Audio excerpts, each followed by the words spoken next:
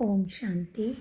आज मीठे प्यारे बाबा हमें 29 जनवरी 2024 में समझाते हैं, बच्चे तुम्हें सबको समझाते रहना है। मनुष्य जल्दी नहीं समझेंगे क्योंकि यह अनोखा ज्ञान है। आज तक मनुष्य ने बहुत समय से भक्ति करते आए हैं, तो भक्ति में परमात्मा के लिए बहुत बातें लिख दी और यहाँ पे तो उनको बिंदी बताया जाता है, तो समझने में टाइम लगता है। और बाबा कहते, बच्चे तुम जानते हो, तुमसे ऊंचे जो सन्यासी साधु संत है, तपस्वी है, भगवान के खोज में कितना समय दे रहे हैं, दिया हुआ है जीवन का, वो भी कहते हैं इस ड्रामा के आदि अंत को हम नहीं जानते, इसलिए कहते हैं नेति नेति। लेकिन बाबा कहते हैं, बच्चे तुम तो नेति नेति नहीं कहेंगे, तुम तो इस ड्रामा के आदि मध्य अंत को जानते हो। जैसे बाबा जानी जाननहार है, तो बाबा ने हमें मास्टर जानी जाननहार बनाया है। और बाबा आज विराट रूप का अर्थ भी समझाते हैं। बच्चे विराट रूप भी है विष्णु का विराट रूप अर्थात विष्णु जन्म कब होता है? सतयुग में, जब लक्ष्मी नारायण गद्दी पे बैठते हैं तो इसको वैष्णोपंथी वैकुंठ कहते हैं। वैकुंठ माना लक्ष्मी और नारायण, इसीलिए विष्णु चतुर्भुज दिखाते हैं। विष्णु के 2 हाथ है माना, लक्ष्मी के 2 हाथ और नारायण जी के 2 हाथ। तो वैकुंठ विराट रूप है विष्णु का, माना जन्म मृत्यु का चक्र। तो आपको इस फोटो में सब कुछ पता चले जाएगा कि हम शुरू में कैसे सतयुग में देवी देवता थे, वैकुंठवासी विष्णुवंशी थे। उसके बाद हम कैसे त्रेता में आ गए, 2 कलाएं कम हो गई, फिर हम द्वापर में आ गए, भक्ति शुरू हो गई। फिर कलयुग में क्या अवस्था है? कलाहीन, सभी के अंदर विकारों का राज्य है। तो आपको इस चित्र में विराट रूप क्या होता है, और दूसरा भक्ति में बनाया है कि विष्णु के दाहिने और बाइने माना राइट एंड लेफ्ट साइड में अलग अलग मुख दिखाई देंगे आपको देवताओं के। उसके बाद अलग अलग संत महंत, फिर लास्ट में जानवर के भी मुख आपको दिखाई देते हैं विष्णु के विराट रूप में। ये क्या है? हमारे सतयुग से लेके कलयुग का गायन माना चढ़ती कला और उतरती कला माना विष्णु का विराट रूप। तो आज मीठे बाबा कहते हैं मुरली के अंतर्गत, मीठे बच्चों बाप दादा मधुबन से, आज है 29 जनवरी 2024।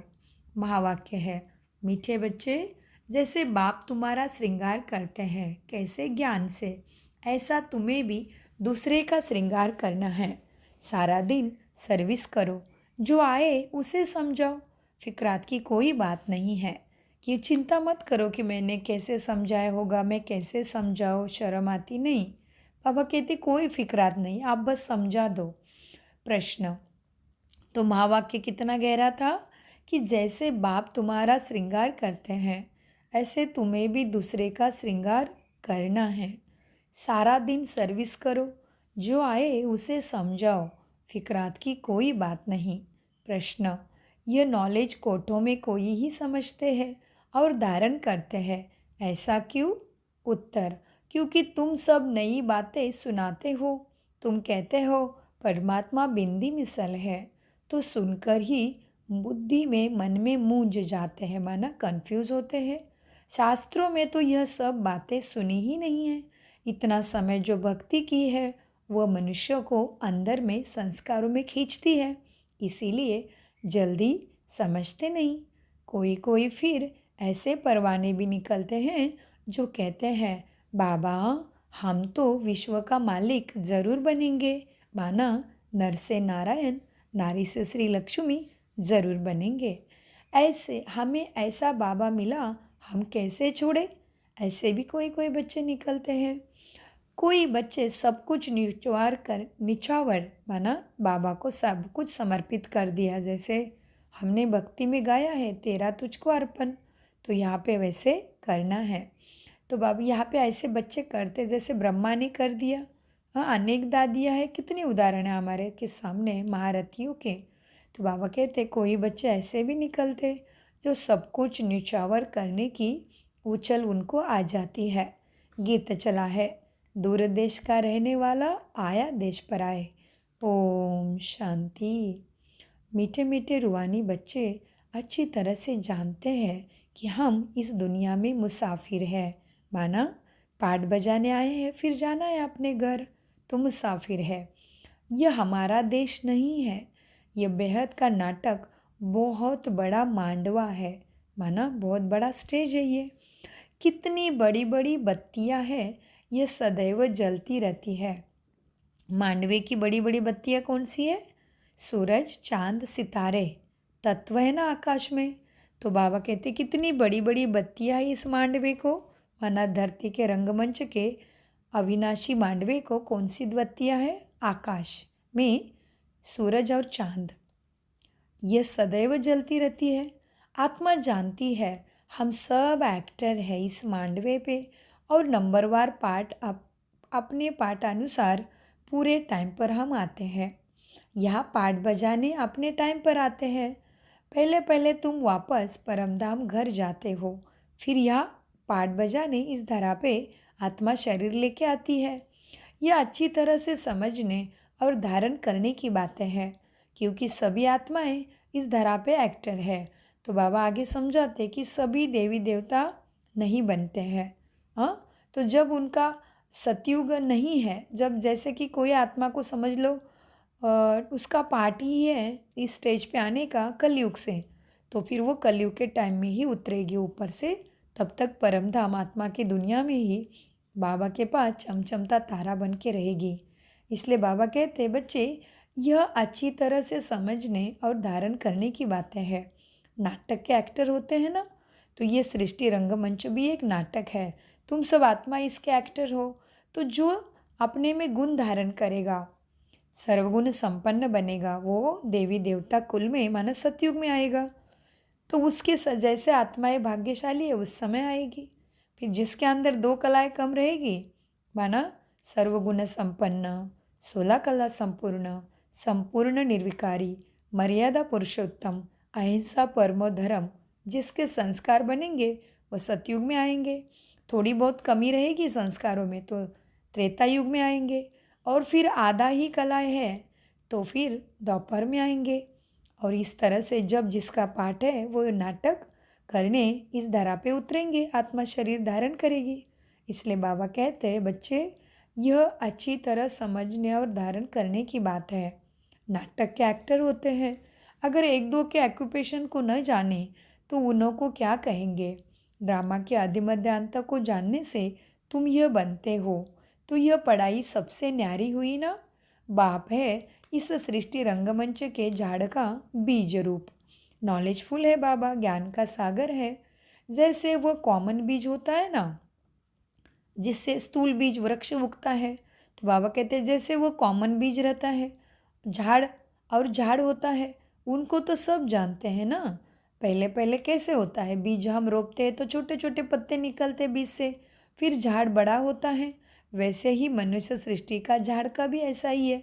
हाँ, पहले कृष्ण राधा आएंगे, फिर आगे ये झाड़ बढ़ेगा। तो बाबा कहते हैं पहले पहले छोटे छोटे पत्ते निकलते हैं ना, फिर बड़े होते होते झाड़ कितना वृद्धि को पाता है, कितना समय लगता है। तुम्हारे बुद्धि में ये ज्ञान है। बाप तो एक ही बार आते हैं। मीठे मीठे बच्चे, ये अनादि अविनाशी ड्रामा है। बाप है स्वर्ग का रचयिता। बाप को ही हेवनली गॉडफादर कहते हैं। हेवन स्थापन करने बाप को आना पड़ता है। इसलिए बाबा को क्या कहते हैं? God is light, God is one, God is all mighty, और गॉड इज़ एवरीथिंग जानने वाला। तो कहते हैं ना भगवान की गतमत भगवान ही जाने। तो इसलिए बाबा कहते हैं बच्चे हेवन स्थापन करने बाप को आना पड़ता है। गायन भी है ना, दूर देश के रहने वाला आया देश पर आया।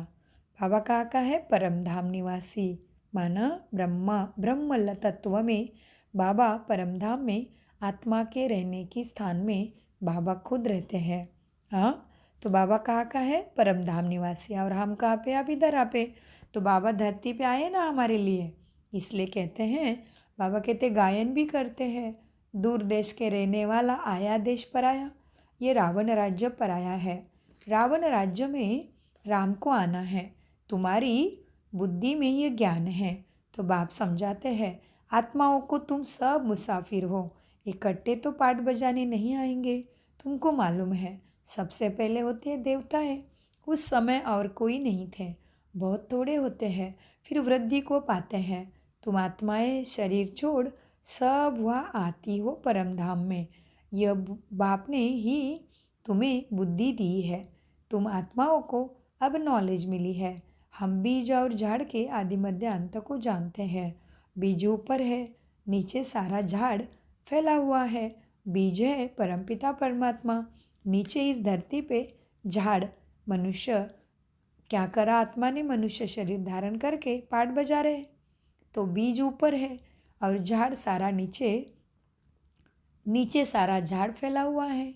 अभी झाड़ मनुष्य सृष्टि का पूरा जड़ीबूत हुआ है, माना ये वृक्ष पुराना हो गया है तो अभी निकलेगा।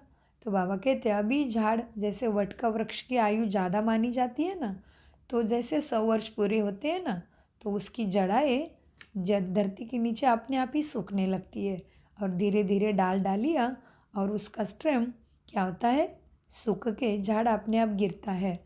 वैसे बाबा कहते अभी ये मनुष्य सृष्टि का झाड़ पूरा ही जड़ीबूत है। तुम बच्चे इस झाड़ के आदि मध्य अंत को जान गए हो। आगे ऋषि मुनि से पूछते थे कि इस मनुष्य सृष्टि के रचता और रचना के आदि मध्य अंत को जानते हो? तो वो कहते थे नेति नेति, माना न हम इस मनुष्य सृष्टि के शुरू को जानते, न इसका अंत कब है इसको जानते, माना न इति न अंत। इति माना शुरुआत, ईस्वी सन कहते हैं ना, ईस्वी सन 1900, तो ईस्वी सन माना शुरू का समय 111, जब शुरू होगा। अभी क्या है 2024, हाँ अंग्रेजी के अनुसार। तो वैसे ही इस धरा पे 111 भी होता है सतयुग से। देवी देवता राज्य करना शुरू करते हैं तभी ईस्वी सन माना इथी शुरुआत, अंत माना अभी कलयुग में। तो इसीलिए साधु संत क्या कहते हैं, नेति नेति, ना हम अंत को जानते ना शुरुआत को जानते हैं, इसको कहते हैं नेति नेति। तो बाबा समझाते हैं अब क्या है, आगे ऋषि मुनि से पूछते थे कि रचना और रचता के आदि मध्य अंत को जानते हो? तो नेति नेति कहते थे। जबकि वह भी नहीं जानते तो परंपरा से कैसे आएगा ये ज्ञान? तो हम कैसे कह सकते कि परंपरा से हम देवी देवता की पूजा कर रहे हैं?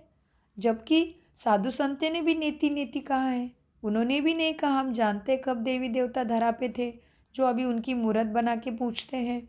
जिस तरह से जैसे शिवाजी महाराज थे, महात्मा गांधी जी थे, जो भी महात्माएं थे, संत महंत थे, उनकी मूर्ति हमने बनाए, स्टैचूज बनाए ना, तो वो थे तभी तो बनाए। तो देवी देवता भी तो कभी धरती पे होंगे, तभी तो उनके स्टैचूज बना के मंदिर में रखे हैं। हाँ, तो कितना गहरा राज है। मंदिर, मन के अंदर जाओ, तुम्हारे अंदर देवता है गुण आ जाएंगे। हाँ, तो मन को जानने के लिए क्या करना पड़े? Rajyoga meditation course. इसीलिए बाबा समझाते मुरली में, बच्चे ऋषि मुनि भी कहते हैं, मैंने ऋषि मुनि कितने सच्चे थे देखो, नीति नीति कहते हैं। उन्होंने नहीं कहा कभी हम भगवान हैं। हाँ, तो बाबा कहते जबकि वह भी नहीं जानते तो परंपरा से ये मूर्ति पूजा ये ज्ञान कैसे हो सकता है? ये सब बातें अच्छी तरह से तुम्हें धारण करनी है, कभी भी भूलनी नहीं है कि ये मनुष्य सृष्टि का नाटक सुख और दुख का खेल कैसे चलता है। ये तुम्हें समझ के अपने में दैवी गुण धारण करने हैं, संस्कार ऐसे दैवी बनाने हैं। ज्ञान को भूलना नहीं है। पढ़ाई तो बच्चों को पढ़नी ही है। क्यों पढ़नी है बच्चे? क्योंकि भगवान को सद्गति सद्बुद्धि हमने मांगी है ना, तो पढ़ाई माना सद्बुद्धि, किसके लिए? सद्गति के लिए। तो बाबा कहते हैं पढ़ाई तो पढ़नी है। पढ़ाई और योग बल से ही तुम उच्च पद पाते हो, जिसको सद्गति, हाँ, सुख शांति मुक्ति जीवन मुक्ति कहते हैं।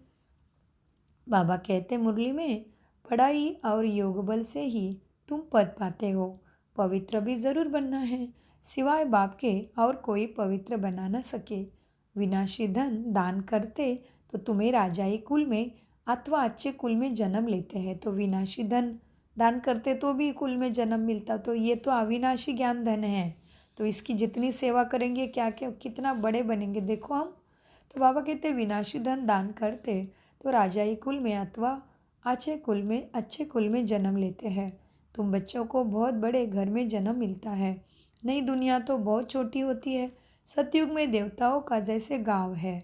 शुरू में मतलब देवताएं बहुत कम होंगे। पूरे 33 कोटि देवी देवताओं कब बनते हैं? 2500 साल तक की इतनी क्राउड धरती पे होगी।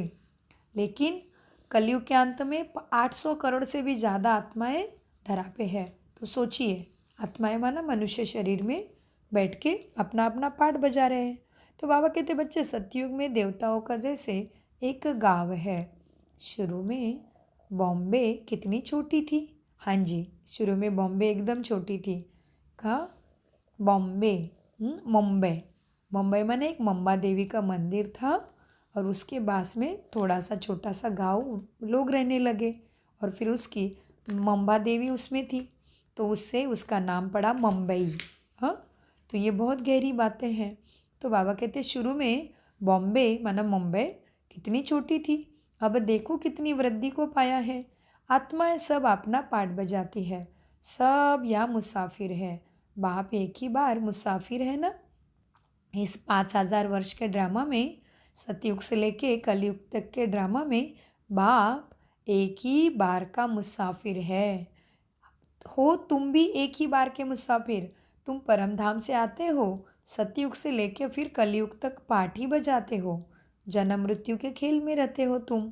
तो बाबा कहते देखो, आत्माएं सब अपना पाठ बजाती है। सब मुसाफिर है। बाप एक ही बार का मुसाफिर है। हो तुम भी एक ही बार के मुसाफिर। तुम भी एक ही बार आते हो, फिर पुनर्जन्म लेते पाठ बजाते ही रहते हो। अभी तुम अमरलोक में जाने के लिए अमर कथा सुनते हो, जिससे 21 जन्म ऊंचा पद पाते हो। 21 पीढ़ी कहते हैं ना, पीढ़ी अर्थात बुढ़ापे तक। फिर दूसरा शरीर आपे ही लेंगे। सतयुग में अकाली मृत्यु नहीं होगा, माना काल कभी भी नहीं खाएगा। समय अनुसार पूरी आयु प्राप्त करके ही देवताएं शरीर छोड़ेंगे। इसलिए बाबा कहते देखो बच्चे, अकाल मृत्यु वहाँ नहीं होगा। वह है अमरलोक, जिसको स्वर्ग, हेवन, पैराडाइज, अमरलोक, सतयुग और शिवपुरी, विष्णुपुरी भी कहते हैं। सतयुग के हेवन के अनेक नाम हैं। तो बाबा कहते वह है अमरलोक। काल का नाम भी नहीं होता। देवताओं की अचानक मृत्यु नहीं होती, माना देवता शरीर अचानक नहीं छोड़ते। और अभी कलयुग है, काल सबके सिर पे मंडरा रहा है। श्वासों का कोई भरोसा नहीं है ना। तो बाबा कहते बच्चे, अमरपुरी में माना अमरलोक में, सतयुग में काल का नाम ही नहीं है। अचानक मृत्यु होती नहीं। तुम एक शरीर छोड़ दूसरा लेते हो, दुख की कोई बात नहीं। देखो, सर्पों कब अपनी खाल छोड़ता है तो उसको दुख होता है क्या? नहीं, और ही तेजी से दौड़ता है। हाँ, बाबा सर्प का मिसाल देते हैं। सर्प को दुख होता है क्या? और ही खुश होते होंगे। अभी तुमको आत्मा का ज्ञान मिलता है। आत्मा ही तो अविनाशी, अजरामर अविनाशी है। आत्मा ही सब कुछ करती है ना शरीर में बैठ के। आत्मा में ही बुद्धि है। शरीर तो बिल्कुल अलग है। उनमें से आत्मा न होती तो शरीर ना चल सके ना बोल सके, कुछ भी नहीं है ना। मुर्दे कितना भी बड़ा हो, फिर कितना भी बड़ा संत महंत हो, नहीं तो कितना भी richest man in the world हो, कितनी भी बड़ी हस्ती हो दुनिया के, लेकिन आत्मा जब निकल जाती है तो क्या चलता है, क्या बोलता है, क्या? कुछ नहीं, मुर्दा है। रखेंगे तो सड़ेगा बस। तो कितनी बड़ी आत्मा का रोल है, सोचो। तो बाबा कहते उनमें आत्मा न होती तो शरीर न चले। कैसे शरीर बनता है, आत्मा कैसे प्रवेश करती है, हर चीज़ कितनी वंडरफुल है। बाप कहते हैं मीठे मीठे बच्चे, तुम्हारा स्वर्ग ही वंडरफुल वर्ल्ड है। रावण राज्य में देखो 7 वंडर्स दिखाते हैं, लेकिन राम राज्य में एक ही वंडर है, क्या? बाबा निर्मित स्वर्ग। तो राम राज्य में, राम माना बाबा, जो मन को, दिल को शांति में स्थित करके आराम दिलाता है। इसलिए क्या कहते हैं, मनुष्य मरता है तो क्या कहते?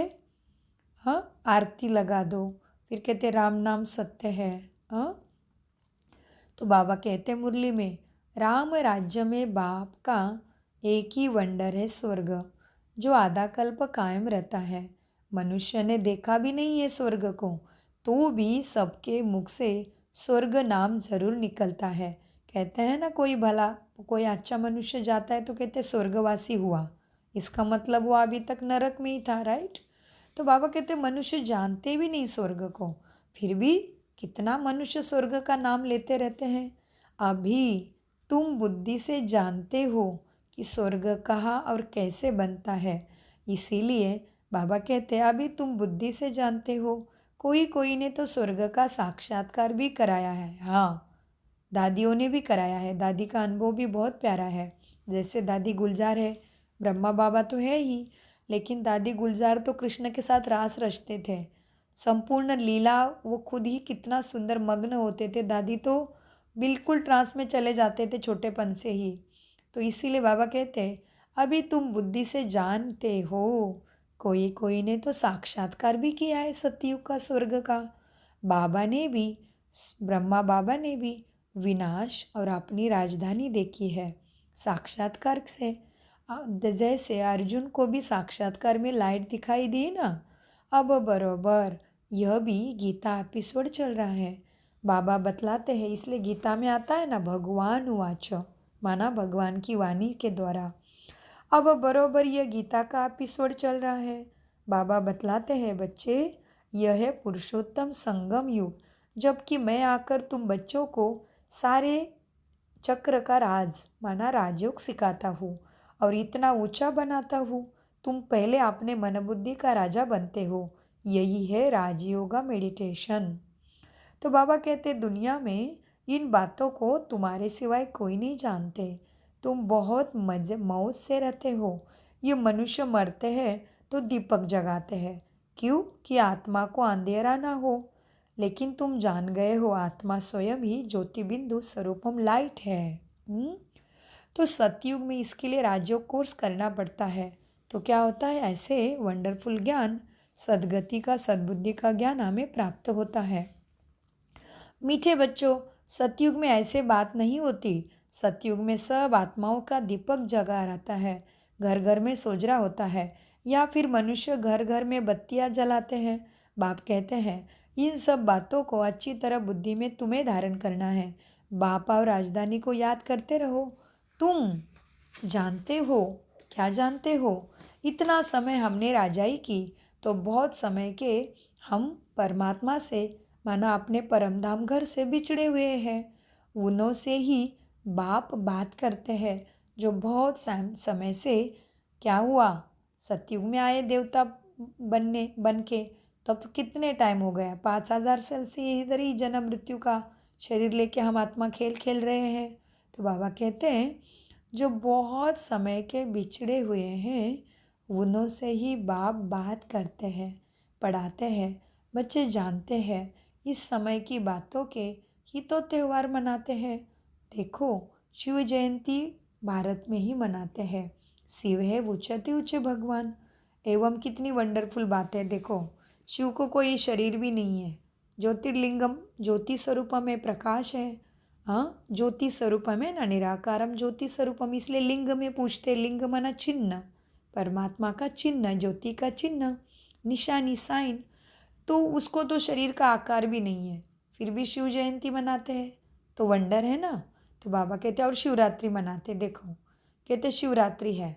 अब किसी का भी जन्म रात्रि में होता है तो भी कभी जन्म रात्रि कहाँ है क्या? नहीं।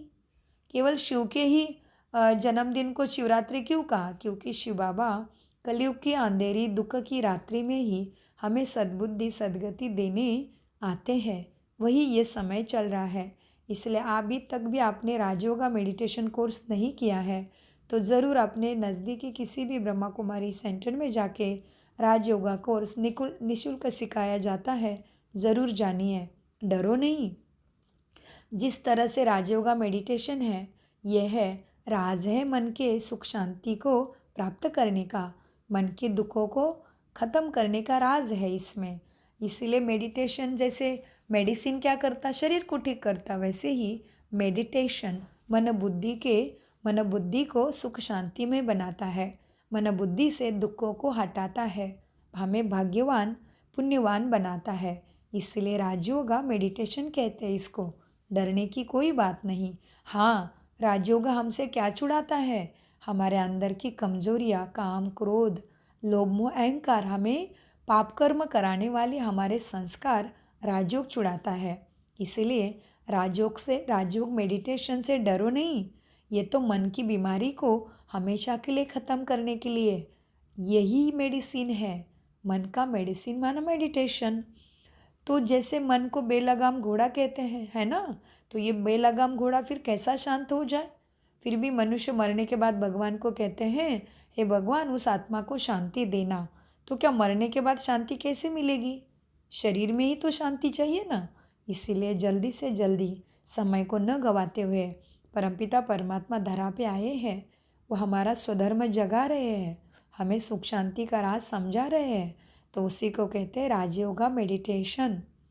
तो मीठे बच्चों को बाबा कहते हैं आज के मुरली में शिव जयंती भारत में ही मनाते हैं। शिव है ऊँचे ते ऊँचे भगवान, वह भारत में कैसे आते हैं? उसने खुद बताया है कि मुझे प्रकृति का आधार लेकर आना पड़ता है, तब तो बोलते हैं, नहीं तो बच्चों को ज्ञान श्रृंगार बाबा कैसे कराएंगे? अब तुम्हारा श्रृंगार ज्ञान रत्नों से माना सद्बुद्धि से हो रहा है। तुम्हें सतबुद्धि आ रही है, तुम फिर दूसरों का कर रहे हो ना। तुम्हें फिर दूसरे का ज्ञान से श्रृंगार करना है। मनुष्य से देवता बनने का श्रृंगार तुम भी फिर दूसरे का कर रहे हो। यह है बहुत सहज, इसलिए इसका नाम है सहज राजयोगा मेडिटेशन। परंतु मनुष्य की बुद्धि ऐसे डल हो गई है। क्यों? काम, क्रोध, ईर्ष्या, द्वेष, भय, जलसी, बदले की भावना, हेट्रेट, बहुत सारी चीज़ों ने मन को, बुद्धि को मनुष्य के डल बना दिया है।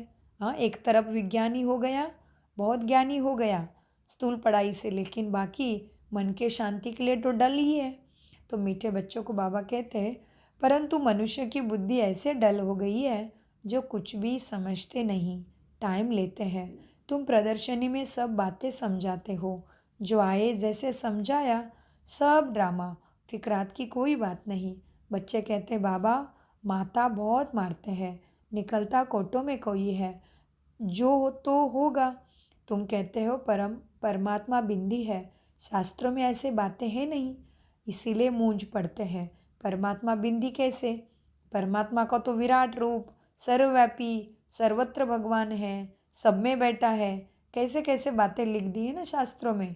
तो बाबा कहते वैसे भी शास्त्र माना शस्त्र, हथियार है वो, तो उससे क्या है? उससे भी भगवान श्रेष्ठ होगा ना। शस्त्र कभी श्रेष्ठ होते हैं क्या? जो शस्त्र चलाने का ज्ञान दे सके वही श्रेष्ठ है ना। तो बाबा कहते शास्त्रों में भी ऐसी बात ही है नहीं, इसीलिए भगवान को ज्योतिर्बिंदु कहने से, ज्योतिर्लिंगम, ज्योति स्वरूपम कहने से मनुष्य कंफ्यूज होते, मूंझते हैं। तुम भी पहले नहीं मानते थे, कोई कोई को तो 2 वर्ष भी लगे ये ज्ञान समझने में। चलते चलते फिर आते हैं, चलते हैं चले जाते हैं फिर आते हैं। इतना सहज भक्ति नहीं छूटती। आत्मा के संस्कार पड़े भक्ति के तो भक्ति नहीं छूटती है, वो अपनी ओर खींचती है। यह भी ड्रामा में पाठ है, सिवाय तुम ब्राह्मणों के और कोई नहीं जानते।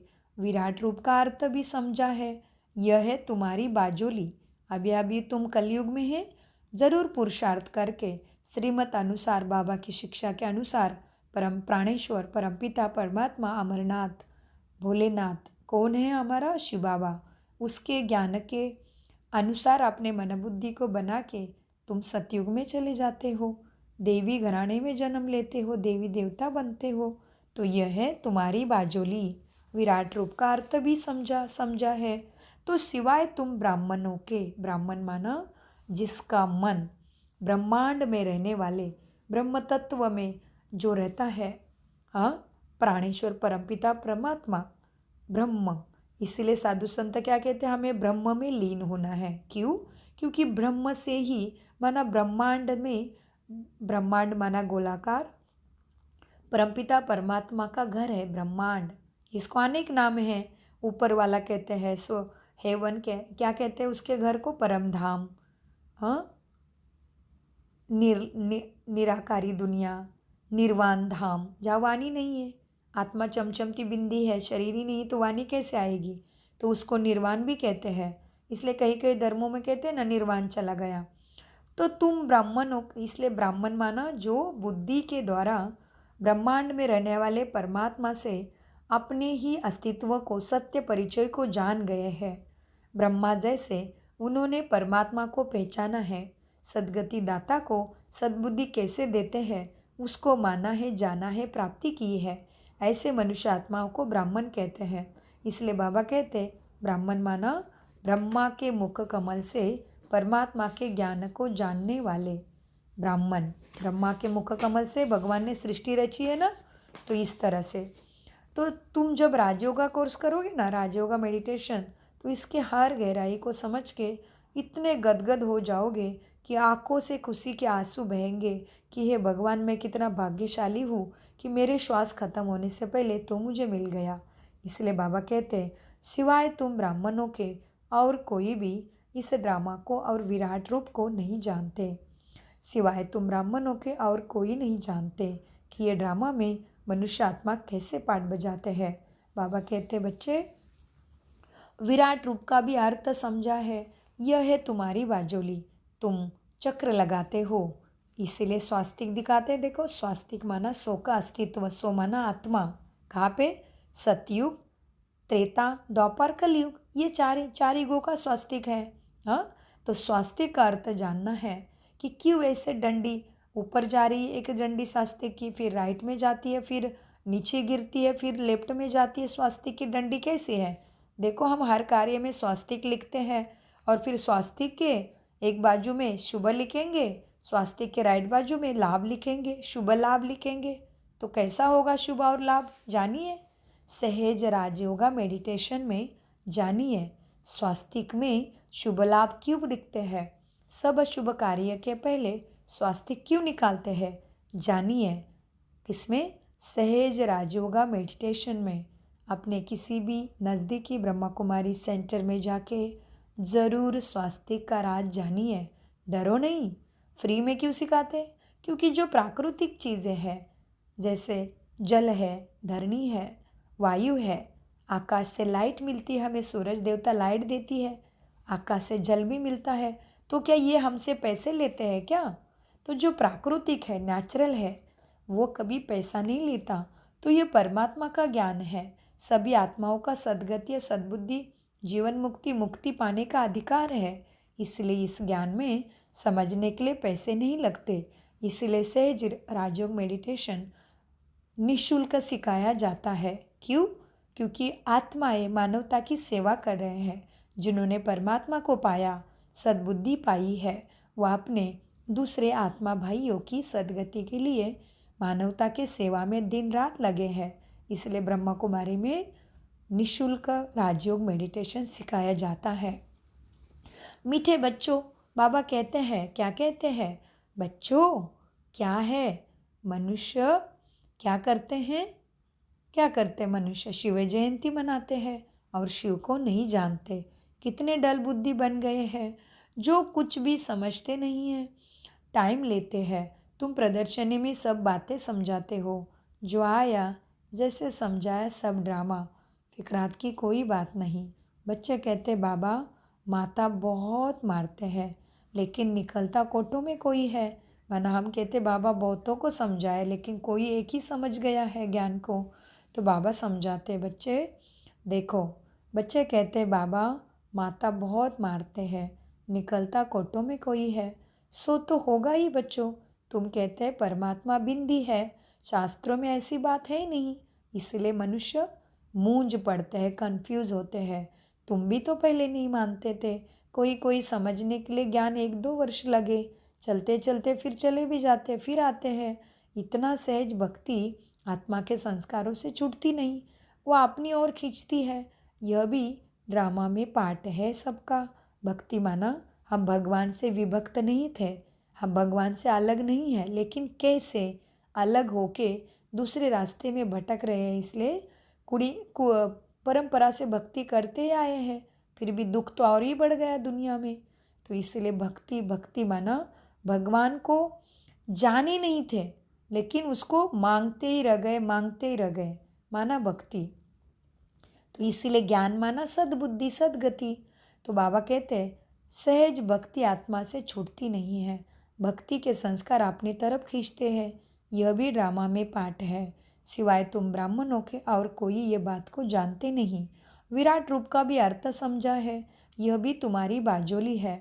तुम चक्र लगाते हो। कैसे चक्र? सतयुग से लेके कलयुग का, जो स्वास्तिक में समझेंगे राजयोगा में।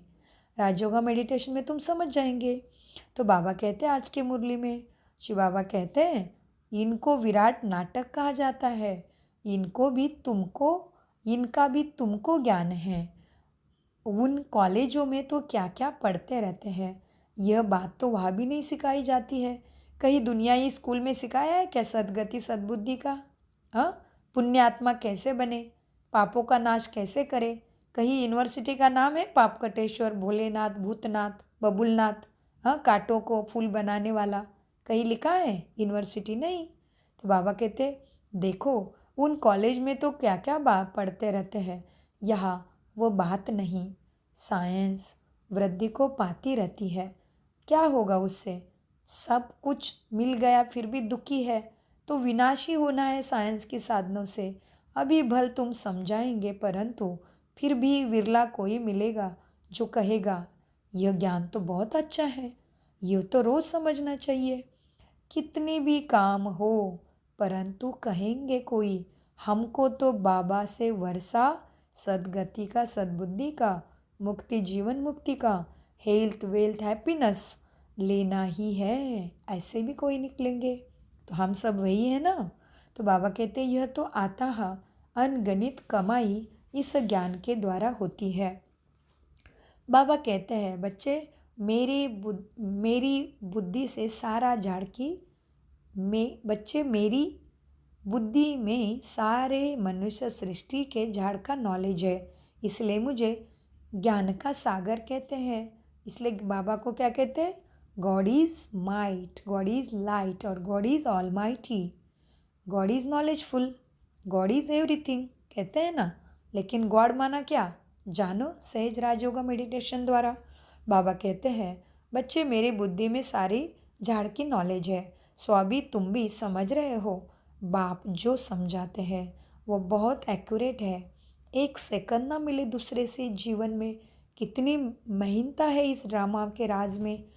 तुम कितने चक्र लगाए हैं। यह ड्रामा जो मिसल चलता है, एक ही चक्र को 5000 वर्ष लगते हैं, उसमें सारा खेल चलता है। क्यों 5000? क्योंकि हर चीज़ का समय निश्चित है ना। जैसे कि देखो दिन रात का समय निश्चित है, ऋतु का चक्र निश्चित है, हाँ, वैसे ही महीना, साल, उम्र, जन्म, मृत्यु का भी खेल निश्चित है, आयु का भी निश्चित है। तो वैसे इस सृष्टि चक्र का भी तो निश्चित समय चाहिए ना। जैसे सतयुग कितना चलना है, त्रेता कितना चलता, द्वापर कितना चलता और कलयुग कितना चलता, ये जानेंगे सहज राजयोगा मेडिटेशन के कोर्स में। इसलिए बाबा कहते बच्चे ये ड्रामा जो मिसल चलता है, चक्र ही 5000 का वर्ष का है, उसमें सारा खेल चलता है जन्म मृत्यु और युगों का। उनको ही जानना माना सद्गति सद्बुद्धि प्राप्त करना। वह बाबा कहते वह गाय भी फर्स्ट क्लास होगी सतयुग में। जैसा आपका पद वैसा तुम्हारा चीज़ें होगी, वैसा फर्नीचर मकान भपका होता है। खुशी भी आत्मा को ही होती है। आत्मा हमारी तृप्त हुई, तृप्त परमात्मा तो नहीं कहा जाता। क्या कहते हैं? आत्मा हमारी तृप्त हो गई। कभी लिखा है क्या कहीं पे कि परमात्मा तृप्त हो गया? नहीं, वो तो जन्म मृत्यु में आता ही नहीं, वो सदा ही ज्योति स्वरूप में है। तो बाबा कहते हैं आत्मा तृप्त हुई कहते हैं ना, तृप्त परमात्मा तो नहीं कहा जाता। कहेंगे तुम्हारी आत्मा तृप्त हुई? हाँ बाबा तृप्त हुई। तो ये सब खेल चलता आया है। बाप जो समझाते हैं ये ड्रामा का खेल है। अब बाप तुमको रिज्यूनेट करते हैं, नए से पुराना, पुराने से नया, ये खेल है। हाँ, बाबा अभी हमें सतो प्रधान बना रहे हैं ना, ज्ञान की खुराक खिला के। ये ज्ञान ही तो अमृत है। बाबा कहते अब बाप तुमको रिज्यूनेट करते हैं, तुम्हारी काया कल्पवृक्ष समान बन जाती है। नाम ही है तुम्हारे आने वाली दुनिया का अमरलोक, माना हेवन, स्वर्ग, सतयुग। अनेक नाम होते हैं ना, वैसे बाबा कहते नाम ही है अमरलोक। अभी ये कौन सा युग है? मृत्यु लोक। इसलिए मृत्यु कभी भी आती है। कलयुग है ना, काल पीछे पड़ा है, फिर आत्मा कलाहीन हो गई है। माना काम, क्रोध, लोभ, मोह, अहंकार के कारण सतोगुण मनुष्य के अंदर है, लेकिन यूज़ नहीं कर पा रहे क्योंकि शक्ति चाहिए ना। तो शक्ति के लिए कनेक्शन चाहिए, कहीं पे तो कनेक्शन करना पड़ेगा ना। कनेक्शन का ऑलमाइटी से, शक्ति सागर से। तो शक्ति सागर कौन है? परमात्मा, परमपिता शिव परमात्मा, हम जीवों का पिता शिव। तो परमात्मा क्या है? शक्ति का सागर है। इसलिए कहते हैं ना, हे पतित पावन सीताराम, ईश्वर अल्लाह तेरो नाम, सबको सदमति सदगति दे भगवान। तो सदगति कौन देगा? जो सत्यम शिवम सुंदरम है। तो किसका गायन है सत्यम शिवम सुंदरम? किसी देवी देवता का है क्या? नहीं, शिव का ही गायन है सत्यम शिवम सुंदरम। देवी देवता का गायन अलग है। क्या है देवी देवता का? सर्वगुण संपन्न। कृष्ण को क्या कहते हैं? हाँ, सर्वगुण संपन्न, 16 कला संपूर्ण, संपूर्ण निर्विकारी, मर्यादा पुरुषोत्तम, अहिंसा परम धर्म, ऐसा ही गायन है ना। राम का भी ले लो, श्री राम सीतारा सियावर रामचंद्र की जय कहते हैं। राम का क्या गायन है? मर्यादा पुरुषोत्तम। हाँ, परमात्मा का क्या है? ज्ञान का सागर। तो बाबा कहते बाप जो समझाते हैं यह भी ड्रामा का खेल है। अब बाप तुमको रिजुविनेट करते हैं, तुम्हारी कायाकल्प वृक्ष समान बन जाती है। नाम ही है अमरलोक, आत्मा भी अमर है। काल खा न सके आत्मा को। बाबा तुम्हारे आत्मा से बात करते हैं। अकाल आत्मा जो इस तख्त पर बैठी है ना, उनसे ही बाबा बात करते हैं। आत्मा तो अजर अमर अविनाशी है। हाँ, आत्मा इन कानों से सुनती है, शरीर में बैठ। हम आत्मा को ही बाप पढ़ाने आए हैं, उसको ही सद्गति सद्बुद्धि कहते हैं। बाप की दृष्टि हमेशा आत्माओं पर रहती है। तो बाप कौन है? परम आत्मा, परमात्मा शिव। परम माना ऊंचे ते ऊंचे, सद्गति दाता। इसलिए देखो, पूजा में कहते हैं ब्राह्मण विष्णु देवताय नमः, शंकर देवताय नमः और ब्रह्म देवताय नमः। फिर कहेंगे शिव परम पिता परमात्माय नमः। तो अभी ये ब्रह्मा विष्णु शंकर मालूम है, शिव परमात्मा मालूम है। हाँ, लेकिन कहाँ है तो जानना पड़े ना। तो बाबा कहते हैं बाप ही दृष्टि हमेशा आत्मा पर रहती है। तुमको भी बाप ही शिव पिता माना बाप ही समझाते हैं। हमेशा भाई भाई की दृष्टि सबके लिए रखो, क्योंकि तुम सब आत्मा भाई भाई हो। तुम्हारा परमपिता परमात्मा एक ही पिता सब आत्माओं का है। तो भाई से हम बात करते हैं, ऐसे दृष्टि रखोगे तो फिर क्रिमिनल दृष्टि नहीं जाएगी। यह प्रैक्टिस बहुत अच्छी चाहिए। हम आत्मा है, हमने इतने जन्म लिए पाठ बजाया है। हम पुण्य आत्मा थे, हम ही पवित्र आत्मा बने हैं। सोने में खाद पड़ती है ना, तो जो आत्माएं पिछाड़ी की आएगी उनको क्या कहेंगे? कुछ परसेंट सोने का होगा, भले पवित्र होकर जाते हैं, परंतु पिछाड़ी में आने के कारण पावर तो कम है ना। 1-2 जन्म करके लिया, इससे क्या हुआ? बाबा जो मुरली चलाते हैं, मुरली माना, मुरली का अर्थ हम आपको समझाएंगे। आप हमें क्या करिए, कमेंट्स करिए कमेंट्स बॉक्स में, और हम आपको मुरली शब्द का अर्थ एक्यूरेट स्पष्टीकरण के साथ समझाएंगे कि मुरली क्या है। श्री कृष्ण बांसुरी बजाते, मुरली बजाते, वो अलग है, लेकिन ये मुरली क्या है? दुखों को हरने वाली मधुर मुरली का अर्थ हम आपको बताएंगे। तो आप क्या करिए, मुरली सुनने के बाद कमेंट्स बॉक्स में कमेंट्स लिखिए। बाबा कहते हैं बाबा जो मुरली चलाते हैं वह खजाना जब तक बाप दे तब तक तुम बाप को याद करते रहो। याद से ही तुम एवर हेल्दी वेल्दी सद्गति सद्बुद्धिवान बनते हो। बच्चे, चुप होकर बैठने से भी, साइलेंस में रहने से बहुत फ़ायदा है। बस चुप होके मन बुद्धि से बाबा को याद करो, उसकी शिक्षा को याद करके अपने संस्कारों में लाओ। माना चुप होकर बैठने से बहुत फ़ायदा है। मन मना भव, इसका अर्थ भी कोई ठीक से नहीं जानते। बाप ही केवल मन मना भव गीता में कहते हैं, मन मना भव मध्याजी भव, लेकिन अर्थ तो जानना पड़ेगा ना। अर्थ नहीं जानेंगे तो फ़ायदा थोड़ी है कितना भी शास्त्र पढ़ने से, नहीं। क्योंकि अर्थ नहीं जाना तो संस्कारों में नहीं आएगा, और संस्कार नहीं बदलेंगे तो थोड़ी ना सद्गति होगी। इसलिए बाबा कहते बच्चे, मन मना भव, इसका अर्थ भी कोई नहीं जानते। बाप ही हर बात का अर्थ समझाते हैं। यह तो है सब अनार्थ, बिना अर्थ ही बिना समझे ही करते जा रहे, तप जप तीर्थ ये सब कुछ अर्थ नहीं समझ रहे, करते जा रहे हैं। यह तो है अनार्थ। सबसे बड़ा अनर्थ है एक दो पर काम कटारी चलाना, कामुक वासना से दुष्टाचारी, अत्याचारी, भ्रष्टाचारी वृत्ति और बलात्कारी वृत्ति, अत्याचार, दुष्टाचार, पापाचार, सारे ऐसे आचरण माना बहुत अनर्थ हो रहा है। बाबा कहते आत्माओं से बहुत पाप हो रहे हैं, तो पाप क्या करेगा, विनाशी कराएगा ना। तो बाबा कहते सबसे बड़ा अनर्थ है एक दो पर काम कटारी चलाना, जिससे आदि मध्य अंत आत्मा को दुख ही मिलता है। सबसे चीची हिंसा यही है, काम कटारी चलाना। इसलिए इनको नरक कहा जाता है।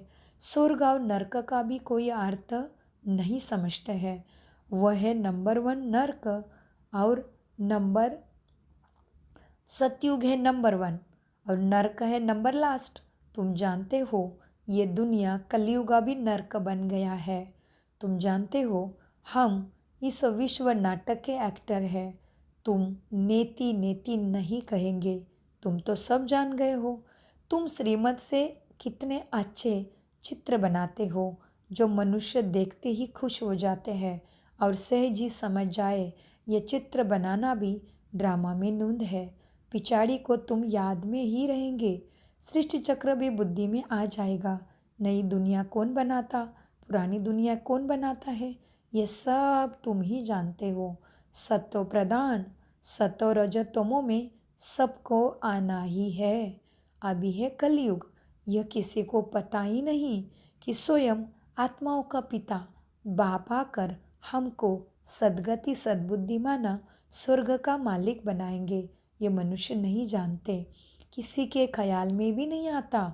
तुमको तो अभी सारे सृष्टि के आदि मध्य अंत का नॉलेज है। बाबा रचयिता बाप इस ब्रह्मा के अंदर बैठ के तुमसे बात करते हैं, क्योंकि आवाज़ से नहीं सुनेंगे तब तक आत्मा में समझने की शक्ति ही नहीं है। कोई लाइट आके हमारे सामने खड़ी रहेगी और उससे हमारी सद्गति सद्बुद्धि होगी क्या, सोचिए। तो बाबा कहते रचयिता बाप माना परमपिता प्राणेश्वर ज्योतिर्लिंगम शिव बाबा इस ब्रह्मा के रथ के अंदर विराजमान होके वाणी के द्वारा तुमको समझाते। इसलिए शास्त्रों में लिखा ब्रह्मा के मुख कमल से भगवान ने सृष्टि रची है। तो ब्रह्मा के मुख कमल से भगवान सृष्टि कैसे रचते हैं, ये जानने के लिए सहज राजयोगा मेडिटेशन जानना अति अवश्य है। प्राणेश्वर शिव बाबा कहते हैं रचयिता बाप इसमें बैठ समझाते हैं कि तुम आत्माओं का बाप, मैं प्राणेश्वर परमपिता परमात्मा शिव हूँ। मैं ही बाप हूँ, बेहद का टीचर भी हूँ। यह संगम युग है, पुरुषोत्तम युग। सतयुग और कलयुग को पुरुषोत्तम नहीं कहेंगे। संगम पर ही तुम पुरुषोत्तम बनते हो। तो पुरुषोत्तम माना क्या, यह भी हम आपको बताएंगे। आप कमेंट्स बॉक्स में लिखिए, हम आपको बताएंगे। संगम पर ही तुम पुरुषोत्तम बनते हो। जब बाप आकर राजयोग सिखलाते हैं, दिन प्रतिदिन तुम बच्चों को समझाने में बहुत सहज होगा। मनुष्य सृष्टि का झाड़ वृद्धि को पाता रहेगा। क्षमा पर बहुत परवाने आते हैं, क्यों, फिदा होने के लिए। तो बाप ज्योति है, ज्योतिर्स्वरूपम। क्षमा पर बहुत परवाने आते हैं। क्षमा माना प्रकाश, परवाने माना हम सब आत्माएं। तो क्षमा पर बहुत परवाने आते हैं, फिदा होने। ऐसे बाप को कौन छोड़ेगा, जो हमें सद्गति सद्बुद्धि हेल्थ वेल्थ हैप्पीनेस सब कुछ देने वाला है। ऐसे बाप को कौन छोड़ेगा। कहेगा बाबा बस हम तो आपके पास ही बैठे रहे, यह सब कुछ आपका है। ऐसे ऊंचे बाप को हम छोड़े, यह कोई क्यों छोड़े। ऐसे भी लगेगा आत्माओं को। जोश बहुतों में आता है, बाबा से विश्व की बादशाही मिलती है तो हम छोड़कर क्यों जाए। यहाँ तो हम स्वर्ग में बैठे हैं, यहाँ कोई काल भी नहीं आ सकता। परंतु बाप की श्रीमत लेनी पड़े। बाप कहेंगे ऐसे नहीं करना। उछल तो आएगी, सुनते ही जोश तो आएगा, परंतु कर्तव्य कर्म करना ही है। कुछ भी छोड़ के सन्यासी नहीं बनना है। कर्म करते करते क्या करना है, कर्मयोगी बन। जो समय मिलेगा उसमें बाबा के साथ शांति में भी बैठना है, लेकिन अपने कर्तव्य कर्म जिम्मेवारी पूरी निभानी है। इसलिए बाबा कहते हैं, बच्चे आत्मा में उछल तो आएगी, परंतु ड्रामा में ऐसा नहीं जो सब यहाँ काम धाम छोड़ के बैठ जाए या मधुबन चले जाए, वहाँ ही बैठ जाए, ऐसा भी नहीं।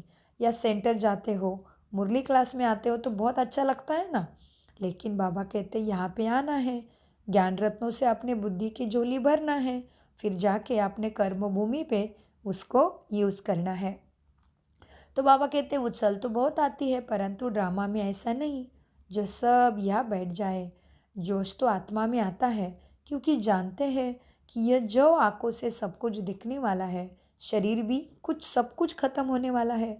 जिसका पाठ है वह, बाबा कहते जिनका पाठ है वह सुनते रहते हैं। बाप कहते हैं, बच्चे तुम LLB ICS पढ़ते हो, इनसे क्या मिलेगा?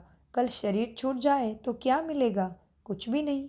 वह है विद्या, वह है विनाशी विद्या, यह है अविनाशी विद्या जो अविनाशी बाप देते हैं। टाइम बहुत थोड़ा है, तमो प्रधान से सतो प्रधान इस जन्म में ही बनना है। वह तो याद से ही बनेंगे, और सब देह के धर्म छोड़ मामे कम याद करो बच्चे। सब मन बुद्धि से मुझे एक को याद करो, और सबके साथ बहुत शांति शक्ति प्रेम आनंद और सत्यता और पवित्रता से मन के शुद्धि के साथ व्यवहार करो। इसलिए बाबा कहते बच्चे अंदर में कमी कमजोरी को छोड़, सब देह के धर्म छोड़, माँ में कम याद करो, क्योंकि शरीर पर कोई भरोसा नहीं। काल सबके सिर पर बैठा है, पढ़ते पढ़ते मर जाते हैं। तो बाप का काम है समझाना, उस पढ़ाई में क्या कमाई है और इस पढ़ाई में क्या कमाई है, बाप ही समझाते हैं। और तुम जानते हो शिव बाबा का भंडारा सदैव भरपूर है। इतने सब बच्चे पलते रहते हैं, फिक्र की कोई बात नहीं। भूख कोई भी नहीं मरेगा, भूख मर नहीं सकते। लौकिक बाप भी देखते हैं, बच्चों को खाना नहीं मिलता तो खुद भी नहीं खाते। बाबा के पास बेगरी पाठ भी चला था, उसकी भी बातें हैं। और दूसरा, आप बाबा के ज्ञान में चलते हो, सत्य से व्यवहार करते हो, तो भले पैसा कम मिलेगा, लेकिन हमेशा याद रखो, भगवान का बच्चा कभी भी भूखा नहीं रहेगा, कुछ भी हो जाए। बाबा कितनी बार मुरली में कहते, बच्चे दाल रोटी ज़रूर सबको मिलनी ही है। और बेगरी पाठ का भी है। अभी ये बेगरी पाठ क्या है, ये भी हम आपको विस्तार में समझाएंगे। तो आप राजयोगा मेडिटेशन करिए, और ये मुरली सुनते हो तो कमेंट्स बॉक्स में आपके प्रश्न सब कुछ जो भी लिखिए, हम आपको समझाएंगे। मीठे बच्चों को बाबा कहते भूख मर नहीं सकते। लौकिक बाप भी देखते हैं, बच्चों को खाना नहीं मिलता है तो खुद भी नहीं खाते। बच्चों का दुख बाप सहन नहीं कर सकते। पहले बच्चे पीछे बाप। देखो घर में माँ सबसे पीछे खाती है ना, तो ये ब्रह्मा भी तो तुम्हारी माँ है। तो इसलिए अव्यक्त माँ चल रहा है। ब्रह्मा माँ का बहुत क्या मिलता है, लिफ्ट मिलती है, इसलिए ब्रह्मा बाप को फॉलो करना है। हाँ, तो बाबा कहते हैं पहले बच्चे पीछे बाप। माँ सबसे पीछे खाती है ना, वो भी क्या करती है, फिर बच्चों को खिलाती है, सबको देती है, और रूखा सूखा बचा हुआ खाती है। तो रूखा सूखा बचता है वह खा लेती है माँ। हमारी भंडारी भी ऐसी ही है। बाबा ने दुनिया के माँ का भी उदाहरण दिया कि बच्चों का दुख बाप सहन नहीं कर सकते, माना बाबा भी, और दुनिया में भी तो ऐसे हैं। हाँ, और पहले बच्चे पीछे बाप। माँ सबसे पीछे खाती है ना, रूखा सूखा बचता है वह खा लेती है। हमारी भंडारी भी ऐसी है, हमारी ब्रह्मा माँ भी ऐसी है ना। अच्छा, मीठे मीठे से खिले दे बच्चों प्रति माता पिता बाप दादा का याद प्यार और गुड मॉर्निंग। रूहानी बाप की रूहानी बच्चों को नमस्ते। हम रूहानी बच्चों का रूहानी बाप दादा को याद प्यार गुड मॉर्निंग। प्यारे बाबा नमस्ते नमस्ते नमस्ते। हम है सत सत ज्ञान को सच्चे दिल से सत बुद्धि से समझते, धारण करते और कराते। धारणा के लिए मुख्य सार, भाई भाई की दृष्टि पक्की करनी है। हम आत्मा है, शरीर में बैठी है, आत्मा भाई से बात करते हैं। यह अभ्यास कर क्रिमिनल दृष्टि को परिवर्तन करना है। नंबर 2 की धारणा, बाप जब ज्ञान खजाना देते हैं तो याद में बैठ बुद्धि रूपी झोली से खजाना भरना है। चुप बैठकर अविनाशी कमाई जमा करनी है। वरदान, आत्मिक मुस्कुराहट द्वारा चेहरे से प्रसन्नता की झलक दिखाने वाले विशेष आत्मा भव। तो कैसे विशेष आत्मा बनेंगे? तो आत्मिक मुस्कुराहट, आत्मा की याद रहे कि मैं आत्मा इस शरीर को चला रही हूँ, मैं आत्मा बोलती हूँ, मैं आत्मा देखती हूँ, मैं आत्मा सुनती हूँ, मैं आत्मा सोचती हूँ और कर्म करती हूँ। तो इसलिए बाबा कहते हैं ये स्मृति रहेगी तो खुशी रहेगी ना, क्योंकि आत्मा है तो आत्मा के 7 गुण याद रहेंगे। आत्मा का पिता याद रहेगा, सदगति दाता प्राणेश्वर शिव बाबा, और आत्मा की शक्तियाँ काम आएगी। फिर आत्मा की शक्तियाँ हैं ना, अष्ट शक्तियाँ, तो वो राजयोग में आपने जाना है ना अष्ट शक्ति को। वो सहन करने की शक्ति, समाने की शक्ति, परखने की शक्ति, निर्णय करने की शक्ति, अष्ट शक्ति, और उसके फिर और भी है ब्रांचेस। तो मुख्य को पकड़ने से सब आ जाएगा ना। इस तरह से वरदान क्या है? आत्मिक मुस्कुराहट द्वारा चेहरे से प्रसन्नता की झलक दिखलाने वाले विशेष आत्मा भव। वरदान का विश्लेषण, ब्राह्मण जीवन की विशेषता है प्रसन्नता। प्रसन्नता अर्थात आत्मिक मुस्कुराहट। जोर जोर से हंसना नहीं, लेकिन मुस्कुराना है। चाहे कोई गाली भी दे रहे हो तो भी आपके चेहरे पर दुख की लहर नहीं आए। सदा प्रसन्न चित्त। यह नहीं सोचो कि उसने 1 घंटा बोला, मैंने तो सिर्फ 1 सेकंड बोला। सेकंड भी बोला या सोचा, शक्ल पर अप्रसन्नता आई तो समझो देह भान में हो, फेल हो जाएंगे। आत्मस्मृति वाला सदा प्रसन्न रहेगा, क्योंकि उसको मालूम है क्या है, जैसे कर्म मैंने किए हैं इस जन्म में या पिछले अनेक जन्मों में मेरे सामने आएगा। अगर मैंने किसी को डांटा है, किसी को दुख दिया है, तो मेरे सामने वो ज़रूर आएगा। कभी कभी शरीर के बीमारी के द्वारा आएगा, कभी किसी मनुष्य के द्वारा, बच्चों के द्वारा, सगे साथी, संबंधी, रिश्तेदार, मित्र, परिवार, किसी के द्वारा भी रिटर्न आएगा। इसलिए राजयोग मेडिटेशन में सब पता चलता है कि कर्मों की गुह्य गति। तो जीवन में कुछ भी उतार चढ़ाव आता है, दुख आता है, तो हमें मालूम है क्या डरना है, ये मेरा ही किया कराया है, तो मेरा किया कराया मुझे ही भरना है। तो कर्मों की गति कितनी गुह्य है, कितनी सूक्ष्म है। हाँ, इसलिए कर्मों की गति गतमत न्यारी कहते हैं। हाँ, तो इसलिए बाबा कहते हैं, देखो बच्चों, सेकंड भी बोला या सोचा या शक्ल पर अप्रसन्नता आई तो समझ जाएंगे तुम आत्माभिमानी नहीं हो, तो फेल हो गए। 1 घंटा सहन किया, फिर क्या हुआ? गुब्बारे से गैस निकल गई और तुम नाराज़ हो गए। तो तुमने राज को तो जाना ही नहीं ना कि मेरे साथ जो भी हो रहा है इसमें कोई किसी की गलती नहीं है। इसलिए गीता में लिखा है सब निर्दोष है। तो कैसे निर्दोष है समझो ना, राजयोग के द्वारा। हाँ, और लिखा भी है भगवत गीता में, राजयोग विद्या च गुह्य विद्या। तो कैसे गुह्य विद्या है? राजयोग है सारे योगों का, भक्ति, कर्म योग, हठ योग, शास्त्र योग, साइकोलॉजी, सारे योगों का, सारे ज्ञान का ही सब कुछ है इसमें। जो राज है, राजा है, सभी योगों का राजा है। माना राजयोग है, राजयोग के अनेक अर्थ निकलते हैं। राजयोग शब्द की बहुत बड़ी गहराई है, इसलिए सहज राजयोग मेडिटेशन जरूर जानिए। तो बाबा कहते हैं वरदान के विस्तार में, 1 घंटा सहन किया और फिर गुब्बारे से गैस निकल गई। श्रेष्ठ जीवन के लक्ष्य वाली विशेष आत्मा ऐसे गैस के गुब्बारे नहीं बनना है। सहन शक्ति की देवी देते रहना है। जो जैसा भी व्यवहार करे, तुम्हें दाता के बच्चे दाता देवता बनेंगे। तो ऐसे अभी हमें कर्म करना पड़ेगा, जो जैसा कर्म वैसे भरते हैं ना। इसलिए कहते मनुष्य मन अपने कर्म को काट रहा है। किसी को दुख आता है तो कहते बेचारे ने कैसे कर्म किए होंगे, और किसी के जीवन में बहुत सुख है, बहुत संपन्नता है तो कहते बेचारा कितना महान है, देखो इसने कितने श्रेष्ठ कर्म किए होंगे। अभी कर्मों से ही जीवन है, तो कर्मों की गति को जानना हम आत्माओं का आद्य कर्तव्य है। तो कैसे जानोगे कर्मों की गति को? सहज राजयोगा मेडिटेशन के द्वारा। इसलिए बाबा कहते हैं बच्चे, श्रेष्ठ जीवन के लक्ष्य वाली विशेष आत्मा ऐसे गैस के गुब्बारे नहीं बनती। स्लोगन, शीतल काया वाले योगी स्वयं शीतल बन दूसरों को शीतल दृष्टि से निहाल करते हैं।